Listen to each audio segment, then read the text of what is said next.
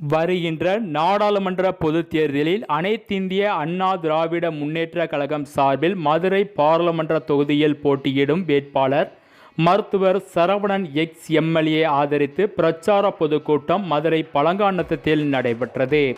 இதில் முன்னாள் அமைச்சர்கள், முன்னாள் இந்நாள் சட்டமன்ற உறுப்பினர்கள், கூட்டணி கட்சி முக்கிய நிர்வாகிகள் கூட்டத்தில் கலந்து கொண்டனர். அதிமுக கழக பொதுச் செயலாளர் எடப்பாடியார் கலந்து கொண்டு வேட்பாளர்களை ஆதரித்து இரட்டை இலை சின்னத்திற்கு வாக்கு சேகரித்து உரையாற்றினார்.